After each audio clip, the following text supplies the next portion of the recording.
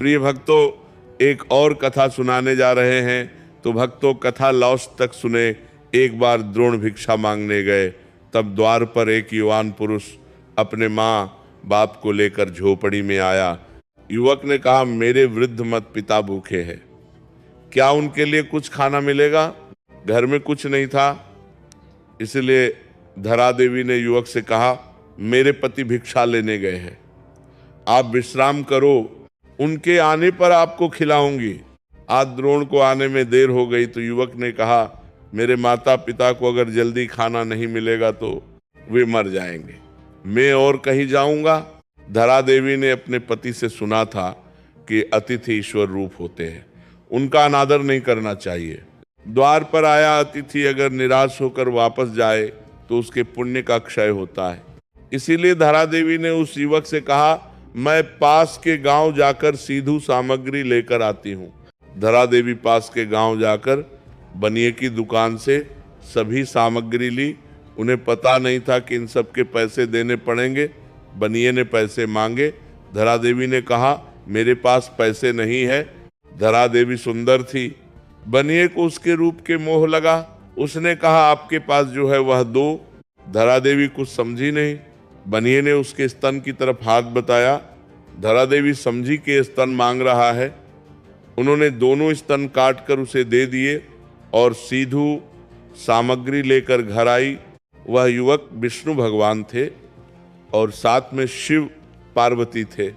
वे प्रसन्न हुए। भगवान ने कहा, हमारे लिए आपने अपने स्तन का दान किया है, इसीलिए अगले जन्म में स्तनपान करने के लिए मैं आपके यहाँ पुत्र होकर आऊंगा। अगले जन्म में धरा देवी हुए यशोदा और द्रोण बने नंद जी। यशोदा जी पुण्यशाली है कि परमात्मा को स्तनपान कराती है और परमात्मा बांध भी सकती है। ज्ञानी भक्त प्रेम डोर से प्रभु को बांध सकते हैं। भगवान केवल प्रेम के ही वश हो पाते हैं।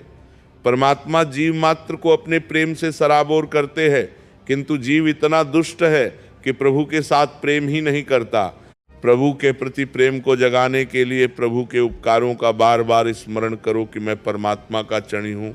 ऐसा विचार बार बार करोगे तो प्रभु से प्रेम हो सकेगा।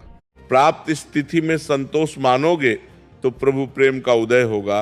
परमात्मा से कुछ न मांगो और उनके उपकारों को कभी मत भूलो। मनुष्य का प्रेम धन, घर, गृहस्थी, परिवार आदि में विभक्त होता है, अतः प्रभु प्रसन्न नहीं होते। लोग भगवान को प्रणाम करते समय भगवान को नहीं पर अपने वस्त्रों पर ध्यान देते हैं। अरे वस्त्र बिगड़ जाएंगे तो दूसरे आएंगे, पर हृदय तो बाजार से दूसरा नहीं आएगा। पैसे से परमात्मा नहीं मिलते, मात्र प्रेम से परमात्मा मिलते। भक्तजन प्रेम से परमात्मा को वश में करते। पूर्ण प्रेम के आगे परमात्मा दुर्बल बनते। ऐसी है भक्ति की महिमा। ज्ञानी माया के आवरण युक्त ब्रह्म के दर्शन करते हैं। ज्ञानी को कीर्ति आदि की चाह होती है।